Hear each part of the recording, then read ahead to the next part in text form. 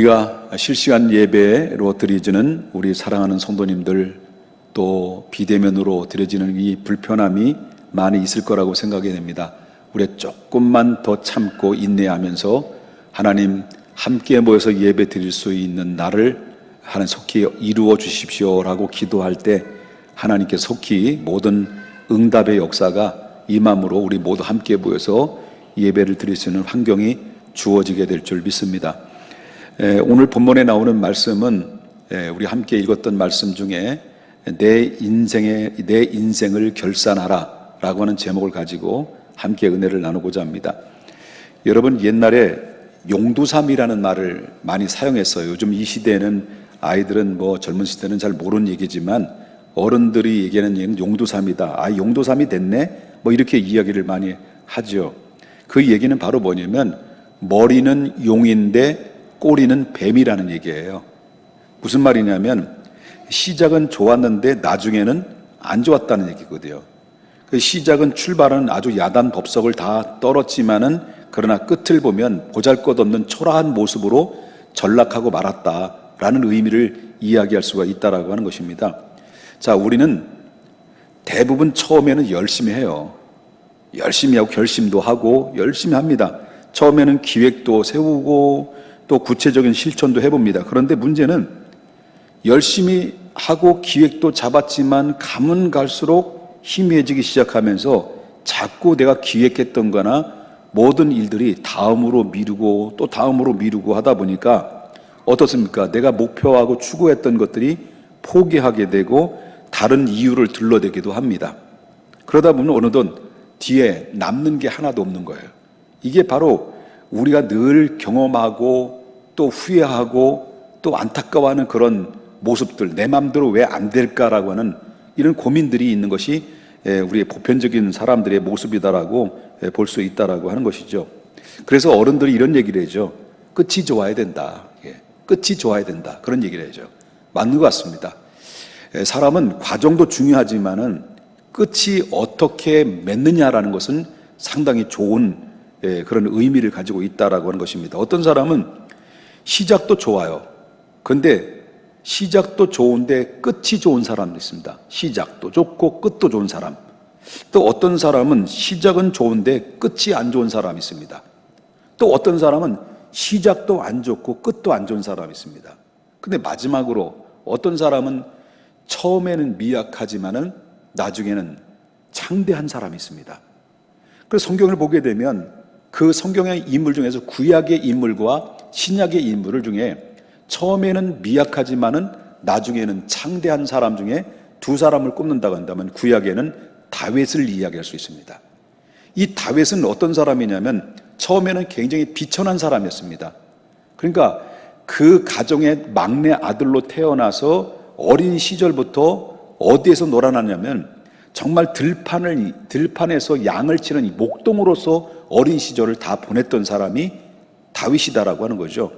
근데 형들의 무시도 당하고, 그러니까 형들에 묻혀서 어디 드러날 수 있는 상황도 아니고 이렇다 보니까 외면당하고 혼자 외로이 양을 치면서 찬양을 하고 혼자 고독을 씹으며 그렇게 살았던 사람이라고 하는 것입니다.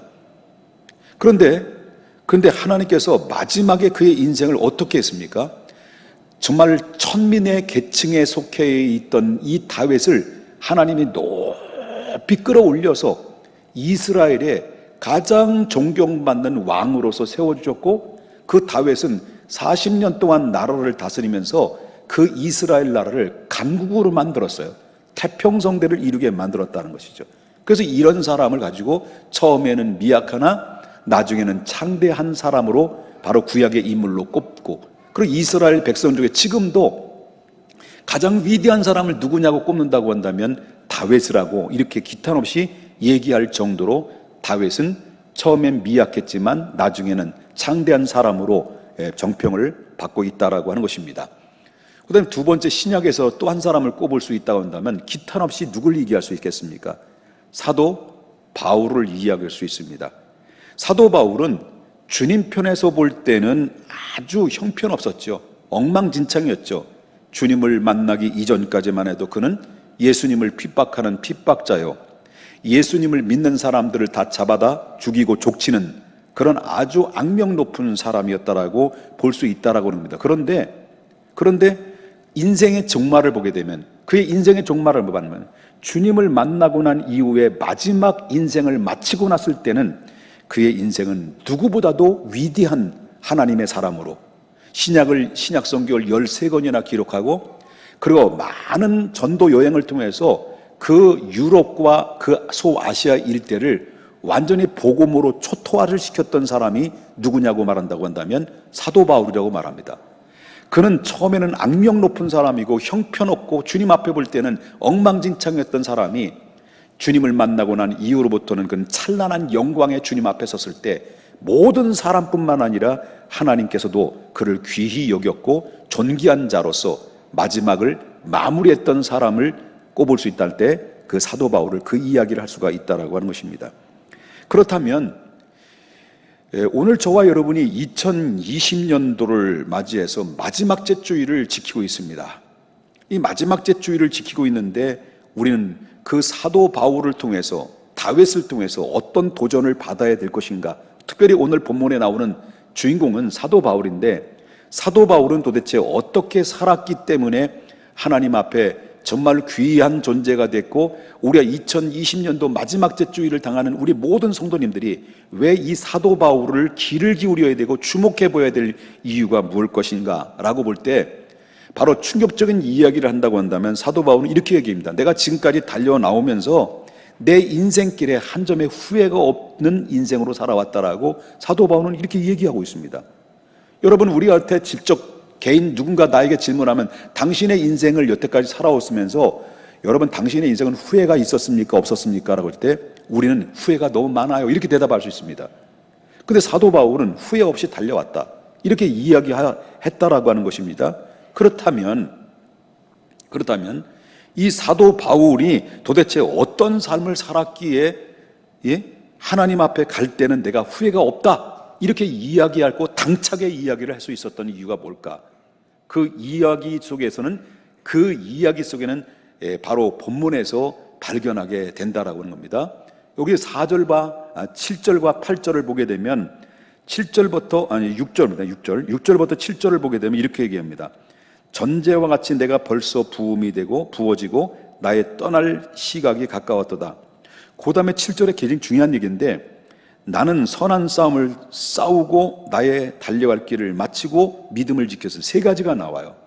그러니까 이 바울 사도가 내가 지금 여태까지 인생을 살아왔지만 나는 후회가 없다라고 이렇게 이야기하는 뒷배경 속에는 그의 살아온 인생의 삶 속에서 어떤 흔적을 남겼느냐라고 할 때 그는 자기가 살아온 인생의 길은 선한 싸움을 살아온 인생이라고 얘기합니다. 첫째는 선한 싸움을 싸웠다, 그 얘기를 해요. 그 바울은 이때 편지를 썼을 때는 누구에게 쓴 이야기입니까? 그 믿음의 아들 디모데에게 편지를 띄운 얘기예요. 그 편지를 쓰면서 그때 당시에 오늘 본문을 기록하는 내용을 그때 디모데에게 편지를 쓰는데, 편지를 쓰는 그때의 당시에면은 어떤 상황이냐면 얼마 후 자기 자신의 신변에 대해서 어떤 일이 발생할 것이다라는 직감적으로 영감으로 지금 느끼고 있는 거예요. 다시 말한다면 내가 얼마 후에 로마에 가서 장렬하게 순교를 당하게 될 것이다라는 것을 이미 사도 바울은 알고 있었고, 그리고 느끼고 있었고, 그리고 그 각오를 하고 있는 상태 속에서 이 편지를 디모데에게 편지를 띄웠으니 그 편지를 띄우는 그 한 글자 한 글자를 꼭꼭 누르면서 쓰여지는 그 내용의 구절구절이 얼마나 그의 인생이 속속히 배어있고 진실이 담아있고 간절함이 담아있는가라는 것을 우리가 보게 되는 것이고요. 바울이 이야기했던 그 편지의 내용은 디모데에게 이야기하는 거지만 오늘 현대를 살아가는 저와 여러분에게도 해당되는 말씀이기에 바울이 꼭꼭 눌러서 자기의 심정을 토로하면서 내가 살아온 인생은 후회 없지만 그 후회 없게 살아왔던 나의 인생의 발자취는 바로 선한 싸움을 싸웠다, 너희들도 이런 선한 싸움을 싸워주기를 원한다라는 그런 간절한 호소의 내용이 속속히 그 말씀 속에서 배어 있다라는 것을 보게 된다라고 하는 거죠. 그래서 그는 뭐라 합니까? 6절에 말한 것처럼 전제와 같이라는 말이 나옵니다. 이 전제라는 것은 어떤 의미냐면 스펜도마이라는 말인데, 이 말의 의미는 제사를 드리잖아요, 우리가. 그때 당시 구약에는, 신약에도 제사를 드리는데, 제사를 드리게 되면 제단 위에 제물을 올려놓고 그 제물 위에 마지막 순서가 뭐냐면 전제인데, 그 마지막 순서가 전제인데, 그 전제가 뭐냐면 곡식을, 볶은 곡식을 제단 위에 다 놓고 마지막에 볶은 곡식을 제단 위에 부어요. 붓고 그 다음에 불로 태워서 하나님 앞에 제사를 드리는데, 제사 중에서 가장 마지막 단계를 의미하는 것이 그게 바로 전제라고 하는 것입니다. 이것은 무슨 말이냐면, 그러니까 이 바울은 지금 어느 순간에 있느냐, 이 땅에서 사명을 다 감당하고 마지막 전제와 같이 드리는 것처럼 지금 마지막에 하나님 앞에 가기 일보 직전에 놓여 있다라는 심정으로 그는 이렇게 이야기를 하고 있다는 겁니다. 다시 말한다면 얼마 후에 천국에서 하나님 앞에 서게 될 것이다. 그는 얼마 남지 않았다. 그런 이야기를 하고 있는 거예요. 잠시 후면 영광스러운 하나님을 뵐 때 정말 하루하루가, 그 뵐 때까지 그의 삶의 하루는 정말로 너무나도 생각할 때마다, 그 주님을 뵐 때마다 그 뵐 것을 생각하면서 하루하루가 그의 삶은 최선의 삶을 살아왔고 선한 싸움을 싸웠다라고 이렇게 이야기를 합니다. 자, 여기서 전제에 대해서 먼저 말씀드린 것처럼, 전제라는 것은 제사 중에서 가장 마지막이라고 얘기한 것처럼 자기가 전제와 같이 지금 마지막에 이르겠다, 하나님 앞에 서기 일보 직전에 놓여 있다라고 하면서 자기가 살아온 인생은 선한 싸움인데, 이 싸움이라는 말이 나오는데, 싸움이라는 말의 의미는 어떤 의미입니까? 그 자기가 마지막까지 싸웠다는데 그 싸움의 의미 속에는 달리는 경주자가 이제 얼마 종착 지점을 얼마 남겨놓지 않는 상태 속에서 마지막 온 힘을 다하여 스퍼트를 했다는 얘기죠. 스퍼트를 했다는, 이게 싸움이에요.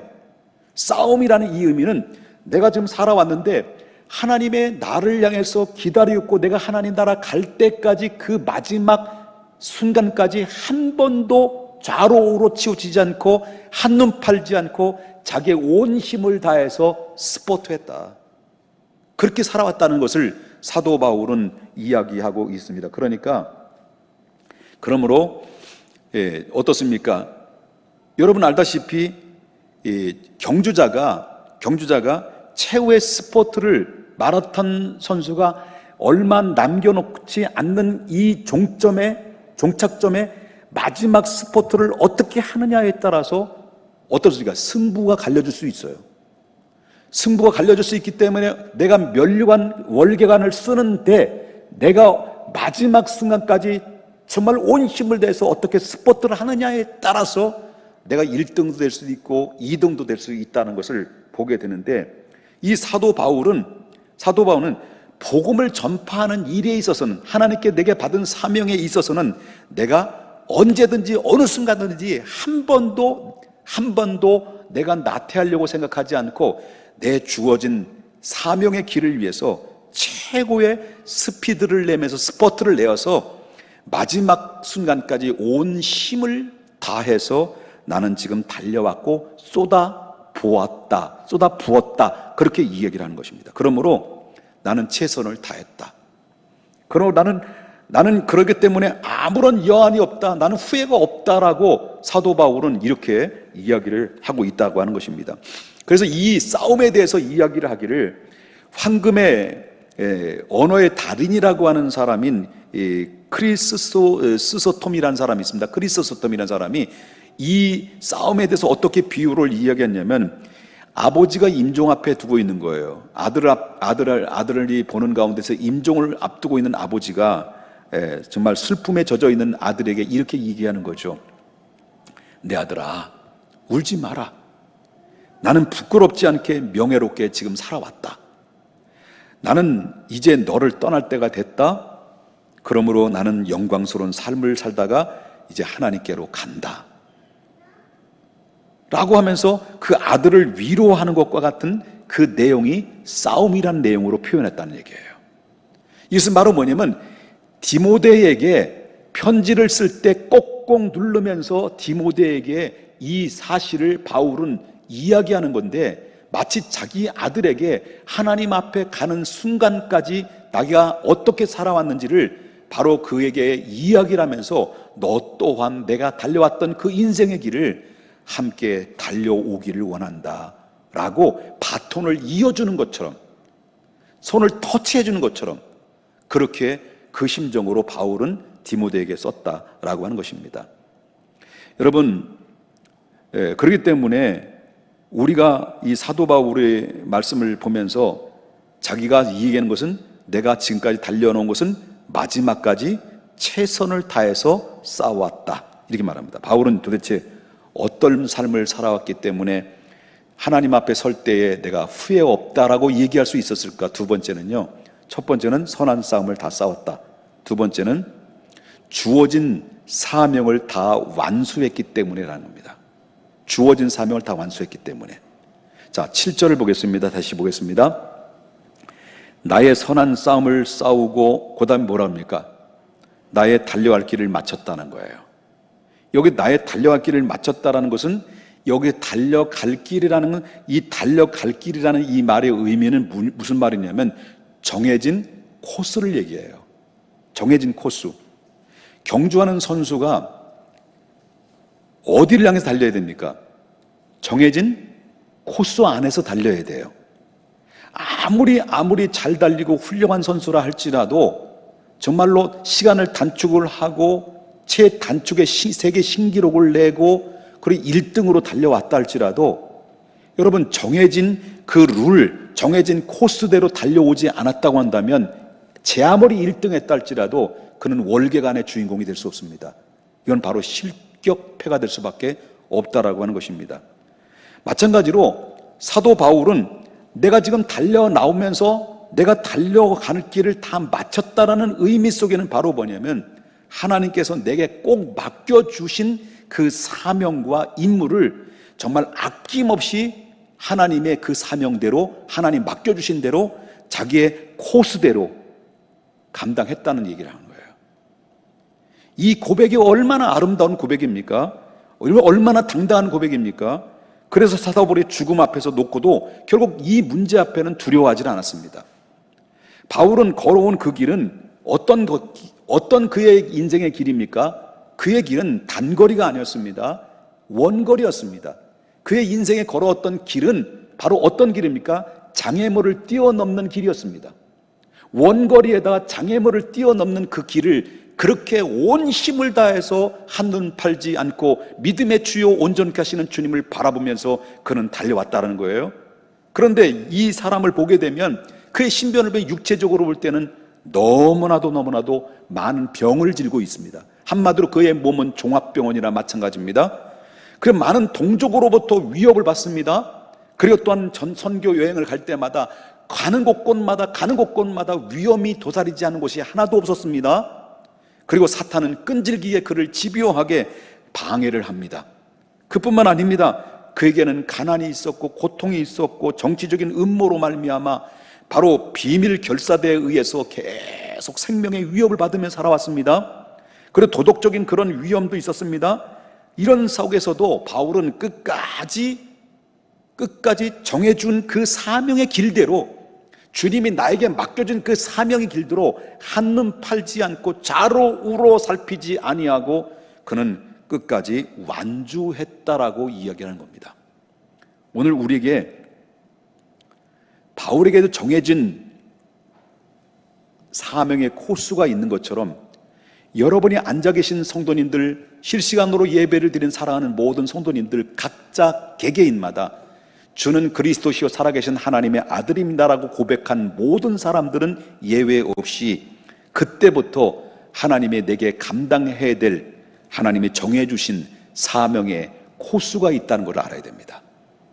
사도 바울에게 사명의 코스를 안겨줬을 때 그 코스대로 믿음으로 선한 싸움으로 쭉 달려왔던 것처럼 우리도 일생 동안 주님 나라 갈 때까지 나에게 정해주신 이 코스, 사명의 코스를 여러분에게 주셨는데 그 여러분에게 주신 그 사명을 그 코스대로 2020년도에 1월 달부터 지금 12월 달 마지막 주일까지 나는 그대로 달려왔는지를 한번 좀 묻고 싶다라고 하는 것입니다. 그렇기 때문에 우리 모든 사람들은, 하나님의 자녀는 누구도 예외 없이 사명의 코스가 있다는 겁니다. 여러분, 마라톤 선수 중에서 가장 경주하는 데서 비참한 선수가 어떤 선수입니까? 열심히 뛰다가 정말 힘들고 버거워서 중도에 포기하는 겁니다. 그만둬 버리는 겁니다. 이 마라토너 중에서 이건 가장 부끄러운 일이고 수치 중에 수치예요. 다른 선수들은 막 열심히 달리는데 너무 중도에 오버페이스를 해가지고 거기에 도저히 앞을 한 발짝도 뛰지 못해서 결국 중도에 하차하고 낙오자 되는 사람 얼마나 많이 있습니까? 마라톤 중에서 누가 가장 기쁜 일이 있습니까? 가장 영광스럽겠습니까? 물론 마라톤 선수 중에서 1등으로 들어온 사람이 가장 영광스럽겠죠. 그런데 1등 못지않게 영광스럽고 기쁨을 안겨주는 사람이 있습니까? 꼴찌입니다. 여러분, 꼴찌도 결국 들어올 때 남들이 앞서가고 힘들지만은, 너무 힘들고 버겁지만 그럼에도 불구하고 고비를 넘고 카타르시스를 느끼면서, 그러면서 그거를 견뎌서 많은 유혹, 포기하고 싶은 유혹을 다 내려놓고 끝까지 완주한 선수는요, 비록 꼴찌에 들어왔어도 여러분 1등한 선수 못지않게 기쁨이 있고, 그리고 많은 사람들로부터 박수를, 갈채를 받을 수 있고, 그 다음에 영광도 그에게 있는 겁니다.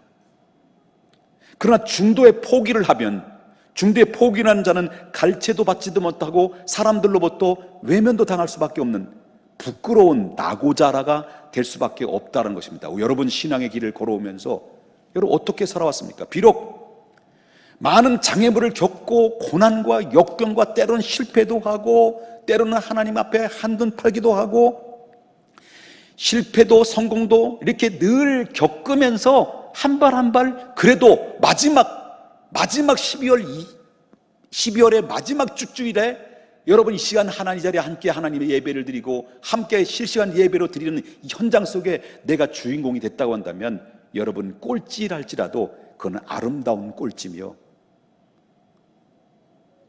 그건 바로 영광스러운 꼴찌일 수 있습니다.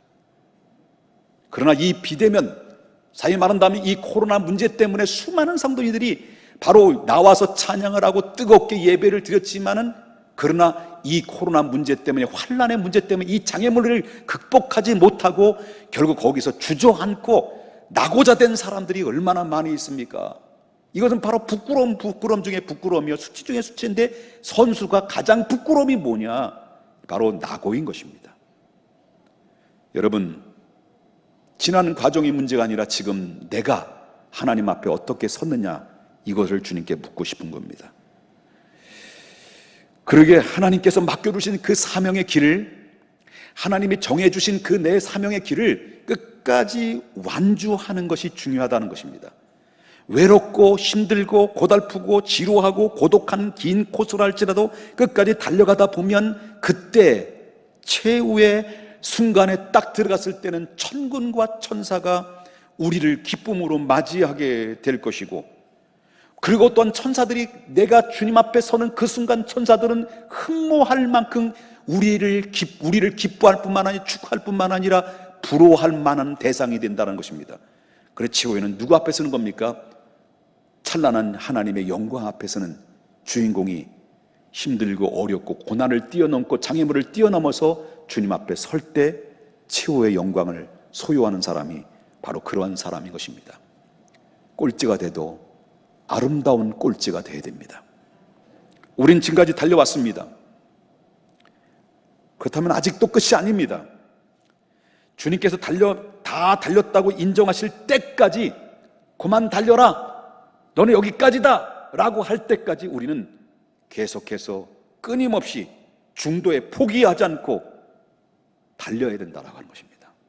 이게 바로 뭐냐면 나의 달려갈 길이라는 것인데, 하나님의 정해진 코스, 내게 맡겨진 사명의 코스, 여러분에게 맡겨진 주어진 사명과 그 코스대로 여러분 내가 지금까지 달려왔는지를 생각하면서 사명을 힘들다고, 상처받았다고, 내가 지금 어려운 상황에 놓였다고 중간에 포기했다고 한다면 오늘 기쁨의 영광의 주인공은 될 수가 없다라고 하는 겁니다. 바울은 도대체 어떻게 살았기에 하나님 앞에 갈 때 후회 없다라고 이야기할 수 있었을까요? 첫 번째는 선한 싸움을 다 싸웠다. 두 번째는 하나님이 내게 주어진 정해진 코스대로 사명의 길을 다 마쳤다. 그 다음에 마지막에는 사도 바울은 이렇게 이야기합니다. 믿음을 끝까지 지켰다. 믿음을 끝까지 지켰다. 디모데후서 4장 7절의 마지막 부분에 이렇게 얘기합니다. 나는 선한 싸움을 다 싸웠다. 하나님이 주어진 사명의 코스대로 열심히 달려왔다. 그 다음에 나는 믿음을 끝까지 지켰다. 당시 헬라 시대는 사도 바울이 그 디모데 후서를 기록할 때 당시는 헬라 시대였습니다. 그때는 많은 신전들이 있었어요. 그리고 올림픽 경기가 많이 이루어졌습니다. 경주자들이 경주하기 하루 전날 밤에 그들은 목욕을 깨끗이 하고 신전에 들어갑니다. 신전에 들어가서 신 앞에 서서 손을 들고 선서를 한다는 거예요. 서로 선서하는데 바로 약속된 규칙대로 최선을 다할 것을 신께 선서합니다 하고 그 다음날 경기를 한다는 얘기예요. 오늘 우리 인생에 있어서 여러분도 저도 각자 룰이라는 것이 있습니다. 코스라는 것이 있습니다. 다시 말하면 규칙이 있습니다. 규칙. 룰과 규칙이 있습니다. 이 복음을 전하는 자에게도 지켜야 될 룰이 있습니다. 규칙이 있습니다. 복음 전하는 자에게도. 여러분 교회 안에도 규칙이 있습니다. 교회가 규칙대로 살지 않으면, 다시 말하면 교회가 정해진 규칙과 질서대로 그 사명을 감당하지 않고 그 질서대로 움직이지 않으면 그 교회는 어려움이 생깁니다. 목사가 영적인 권위를 가지고 정말 과감하게 담대하게 규칙과 룰대로 하지 않으면 리더십에 타격을 받는 거예요. 리더십에 타격을 받기 때문에 목회자의 신뢰를 하지 않고 목회자를 바로 믿지 못하면 누가 그 리더십에 따를 수 있겠냐는 거죠. 그렇기 때문에 중요한 것은 교회는 룰이 있고 규칙이 있는 것처럼 여러분 각자 여러분 개개인마다 하나님에게 주신 룰이 있고 규칙이 개개인에게 여러분에게 있다고 하는 겁니다. 규칙이 어떤 규칙입니까? 그 규칙 중에서 그 규칙은 어떤 규칙이냐고 말한다면 그것은 믿음의 규칙인 거예요. 믿음의 규칙이에요. 믿음을 지켰다라고 사도 바울은 말합니다. 믿었다라는 게 아닙니다. 우린 다 믿어요. 주는 그리스도시요 살아계신 하나님의 아들입니다라는 사실을 여러분이 인정합니다. 이건 믿는 것입니다. 근데 사도 바울은 믿는다라는 얘기는 안 합니다. 믿음을 지켰다라는 겁니다. 이게 중요한 겁니다. 믿음을 지키는 것이 중요한 것입니다. 여러분, 이 믿음을 지킨다라는 말의 의미는 두 가지 의미 있어요. 하나는 디벨리우스라는 말이 있고 하나는 빈센트라는 말이 있습니다. 이 디벨리우스라는 이 말의 의미는 뭐냐면 그리스도를 향한 충성을 말합니다. 근데 이 빈센트라고 하는 것은 개인의 신앙의 문제를 얘기합니다. 이 믿음은 위에는 그리스도께 충성이요 밑에로는 바로 뭐냐면 내 개인의 신앙을 유지하는 겁니다. 이것을 종합해보면, 이 의미를 종합해보면 바로 뭐냐면 위로는 예수 그리스도께 충성, 밑으로는 자기 자신을 신앙을 지키기 위해서 최선을 다했다라는 것을 고백하는 의미가 들어있습니다. 이게 바로 믿음이라는 의미예요. 믿음을 지켰다는 의미예요. 그렇다면 우리의 믿음이 단단한 믿음으로 끝까지 지켜낼 수 있다는 의미 속에는 바로 그 믿음을 지키기 위해서는 우리는 어떻게 해야 되냐? 첫 번째는요, 자신의 신앙의 성장을 위해서 계속 유지하기 위해서 기초를 다지는 겁니다.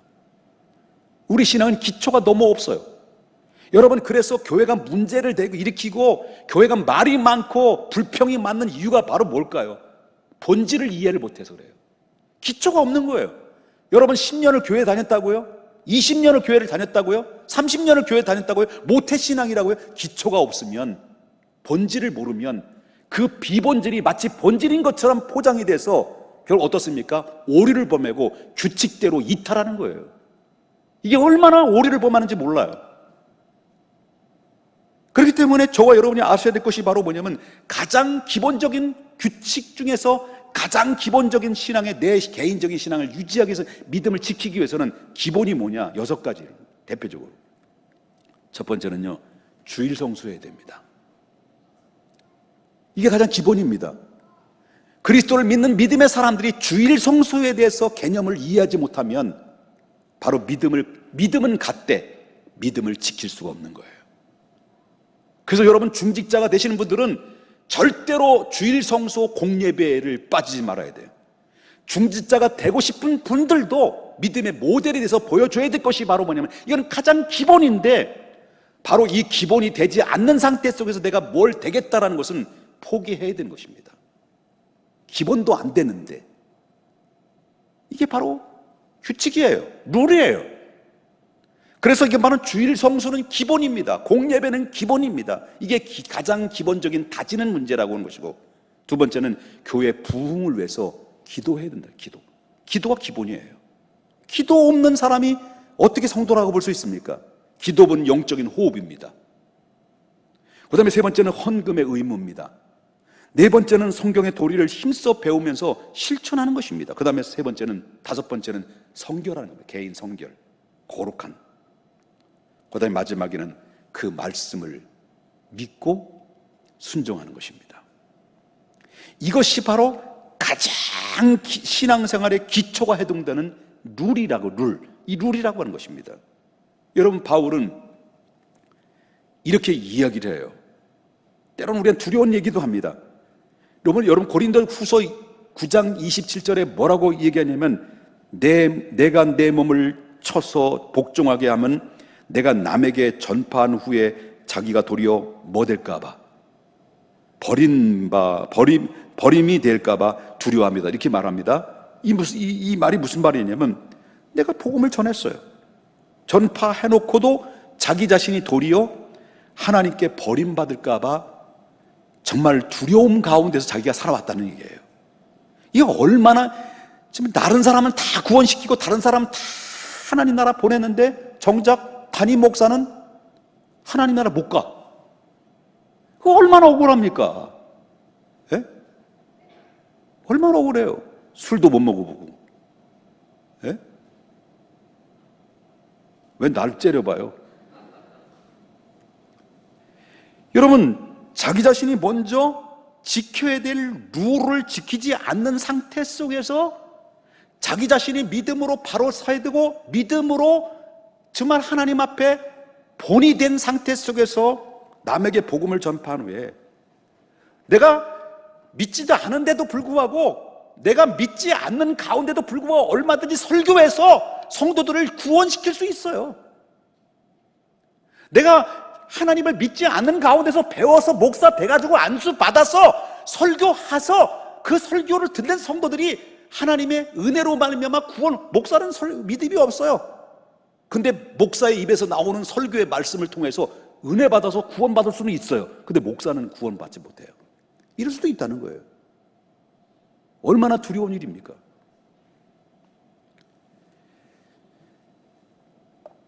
우리도 그런 두려운 마음 가지고 살아야 된다는 거예요. 그러므로 말미암아 이것은 무슨 말이냐면, 경각심을 가져라. 이게 우리가 구원받고 안 받고라는 얘기하는 게 아니에요. 바울은 지금까지 내가 살아온 믿음의 길은, 그 룰은 뭐냐? 내가 하나님 앞에 복음을 증거하는데 자기가 살아오는 것은 룰대로 복음을 지키지 않으면서 복음을 전해서 저들은 구원시켰는데, 내가 정작 받아야 될 구원을 받지 못한다면 어떻게 될까라는 경각심을 가지고 자기는 늘 살아왔다는 거예요. 자기가 구원받지 못한다, 자기 하나님 나라 못 들어간다, 그 얘기가 아니에요. 여러분, 오해하지 마셔야 돼요.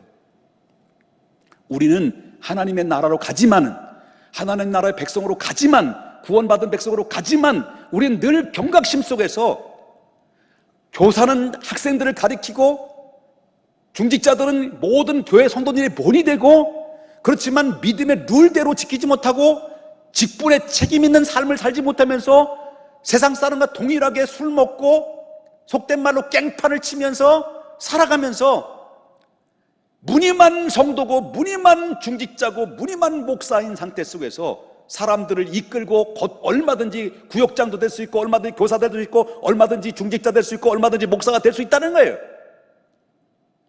그런데 정작 자기는 룰을 지키지 못하는 거예요. 그러면 어떻게 될까요? 그렇기 때문에 자기 자신에 대한 경각심, 그래서 자기는 이 믿음을 지키기 위해서, 믿음이 아닙니다, 이 믿음을 지키기 위해서, 룰을 지키기 위해서 자기는 열심히 혼신을 다해서 달려왔다. 우리는 중요한 것은 바로 뭐냐면 다 믿어요. 12월 달 여기까지 오면서 여러분 믿음을 가지고 왔지만 믿음을 지켰느냐, 어떻게 지켰느냐라는 것을 도전을 주고 있는 거예요. 나는 믿음을 믿습니다. 다 믿지요. 근데 믿음을 사도 바울은 지켰다 그랬습니다. 지켰느냐? 그걸 도전하고 있는 얘기예요. 믿음엔 두 가지이겠어요. 두 가지를 어떻게 지켜요? 위에는 충성, 밑에는 내 개인적인 신앙을 지키는 건데, 바로 하나님에게 충성이냐, 충성. 우리 모두 마지막 날에 설 겁니다. 여러분, 소리를 고래고래 질러서 죄송합니다. 제가 흥분한 건 아니에요. 저에 대한 도전이고, 저에 대한 경각심이고, 마지막 어렵고 힘든 시기 속에서 우리가 꼭 들어야 될 말씀이기 때문에 제가 여러분이 간절하게 호소를 하고 진심 어린 말씀으로 전해주는 것입니다. 여러분, 우리 인생 다 마치면 예수 그리스도를 믿는 사람들은 다 하나님 앞에 서게 될 것입니다. 그때 하나님 앞에 선 우리에게 하나님은 너는 어떻게 이 땅의 삶을 살다 왔느냐라고 점검을 하게 될 것입니다. 내가 점검을 받을 수 있어요. 근데 성경의 말을 믿는 자에게 구할 것은 뭐라고 그랬습니까? 충성입니다. 충성이란 단어가 바로 뭐냐면 공개적으로 인정받을 수 있는 성실함을 얘기합니다. 충성과 성실함은 같은 맞물림이 있어요. 그렇기 때문에 이런 노래 있어요. 너나 나나 나나 너나 똑같은 믿음. 너나 나나 너나 나나 똑같은 믿음. 너나 나나 너나 나나 똑같은 충성. 우리는 하나님의 이름으로 똑같은 사명과 똑같은 주어진 믿음의 규칙과 룰을 따라서 하나님 주셨습니다. 그것은 우리에게 주신 겁니다. 똑같이 준 겁니다. 다른 사람에 의해서 인정받을 수 있는 것, 그건 바로 주님 앞에 인정받을 수 있다는 거예요. 참된 충성, 즉 성실함은 어디서부터 찾을 수 있습니까? 작은 것, 그 작은 것에부터 출발해요. 큰일은 누구나 할 수 있습니다. 누구나 큰일 할 수 있어요. 왜냐하면 큰일을 하게 되면 그 이름이 드러납니다. 자기 업적도 드러납니다. 그러나 작은 일에는 바로 충성하기가 매우 어려워요. 그 이유는 바로 뭐냐면 그 업적이 별로 드러나지 않아요. 달려드는 사람이 없어요. 그렇지만 우리 한 가지 알아야 됩니다. 작은 일을 잘해야 큰 일도 잘할 수 있다는 겁니다. 작은 일을 잘해야 큰 일도 할 수 있고, 작은 일을 소중히 여겨야 큰 일도 소중히 여길 수 있는데, 바로 이 근본적인 원리가 여기 있는 겁니다. 작은 일을 못하면 큰 일도 못하는 거예요. 그래서 신학교 다니면 사람들이 보편적으로 이게 학생들 이게 세계적인 부흥 강사가 되라. 너나 잘해. 내가 세계적인 부흥 강사가 되겠습니다 하놓고 하는 짓을 보면 화장실에서 이걸 하고 있더라고요. 이런 사람 많아요. 작은 것 충성하지 못하는데 지금 현실도 제대로 감당하지 못하는 사람이 큰 거 누려? 로또예요? 아닙니다. 요셉을 보십시오. 성경 요셉을 보면, 구약에 나온 요셉입니다. 구약 요셉을 보면 언제나 어디서나 자기에 맡겨진 주어진 사명, 크든지 작든지 충성을 다했습니다. 아무리 천하고 아무리 작은 일일지라도 노예로 팔려나가서 보디발의 집에서 총무일을 열심히 했습니다. 그 다음에 억울하게 누명을 뒤집어서 감옥에 들어갔는데도 불구하고 감옥 안에서도 열심히 최선을 다해서 충성을 다했습니다. 자기 주인이 바로일지라도 그 감옥의 감독자랄지라도 내게 맡겨진 일인 작은 이든 큰데 충성을 다해서 일을 열심히 했습니다. 신분은 노예 신분입니다. 죄소의 신분입니다. 그런데 나중에 하나님이 최선을 다하고 작은 일에 소홀히 여기지 않고 룰대로 믿음대로 열심히 최선을 다하다 보니까 하나님이 어떻습니까? 30세 어린 젊은 나이에 그 거대한 민족인 애굽의 나라를 그에게 송두리째 맡겨버려요. 총리 대신인 거예요. 하나님 그렇게 하신 겁니다. 처음부터 크게 되는 사람이 아닙니다. 여러분, 바울은 자신의 인생을 마감하고 하나님께로 갈 때 후회가 없다. 나의 후회가 없다. 왜냐하면 내가 걸어온 인생은 선한 싸움을 싸운 인생이기 때문에. 왜냐하면 내가 걸어온 인생은 주님이 맡겨진 사명의 룰대로 지켰기 때문에. 내가 걸어온 인생은 하나님이 정해진 믿음의 룰, 규칙대로 내게 주신 사명을 감당하면서 그 충성, 싸움, 그 싸움 베이스 속에는 내가 하나님의 룰과 규칙으로 하나님 믿음으로 견고한 믿음의 바탕 위에 충성이 있었고 헌신이 있었기 때문에 그렇다. 우리도 바울처럼 늘 하나님 앞에 서게 될 때 주님 앞에 결산을 하게 될 것입니다. 2020년도 나의 살아왔던 지나온 세월들을 결산해 보면 어떤 결산의 결과를 나왔습니까? 마이너스입니까? 아니면 제로입니까? 아니면 플러스의 결산을 이문을 남겼습니까? 아마 이런 부분에 대해서 나를 돌아볼 수 있고 성찰할 수 있는 기회가 될 수 있다는 것처럼 우리도 언젠가는 주님 앞에 서게 될 것입니다. 2021년도에도 우리는 주님이 항상 우리 앞에 서는 그날을 생각하면서 그 심정으로 우리가 주님 앞에 설 때, 나는 그날에 설 때 순간을 생각하면서 여러분, 하나님의 주어진 내게 선한 싸움을 다 싸우고 바로 내게 맡겨진 사명의 길을, 그 길을 묵묵하게 룰대로 지키면서 믿음으로 나아갈 때 우리 사랑하는 평택중앙교회 모든 성도님들은 한 사람도 빠짐없이 정말 영광의 면류관을 받을 수 있도록 정말 후회 없는 바울처럼 그렇게 살아갈 수 있으면 좋겠다는 것입니다. 이런 은혜가 여러분에게 넘치고 지금까지 우리가 살아오면서 못다하고 후회되는 일들이 우리가 있을 거 아닙니까? 우리가 왜 완벽하게, 사도 바울은 완벽하게 의롭게 살아왔기 때문에 그 이야기를 하는 게 아닙니다. 나는 부족함에도 불구하고 선한 싸움을 다 싸웠다. 나는 부족함에도 불구하고 나의 달려갈 길을 마쳤다. 나는 부족함에도 불구하고 허물도 많은데도 불구하고 나는 믿음의 룰을 지키려고 몸부림을 치며 살아왔다. 그러니 나는 후회가 없다. 그 얘기예요. 우리가 주님 앞에 섰을 때까지 우리가 이런 후회 없는 발자취로 하나님 살아가야 되는데, 또다시 2021년도라는 값진 선물이, 시간이라는 것이 우리에게 다가오고 있습니다. 이제 2020년의 마지막 주일을 보면서 내년에 1월 첫째 주일날 하나님 앞에 드렸을 때 다시 한번 사도 바울의 각오처럼 나 이 길을 가겠습니다, 이 믿음 지키겠습니다라는 결단과 함께 오늘 마지막 주일을 기쁘고 감격스럽고 그리고 또한 다시 한번 다짐하며 하나님 앞에 예배를 마무리할 수 있기를 주님의 이름으로 축원합니다. 기도합니다.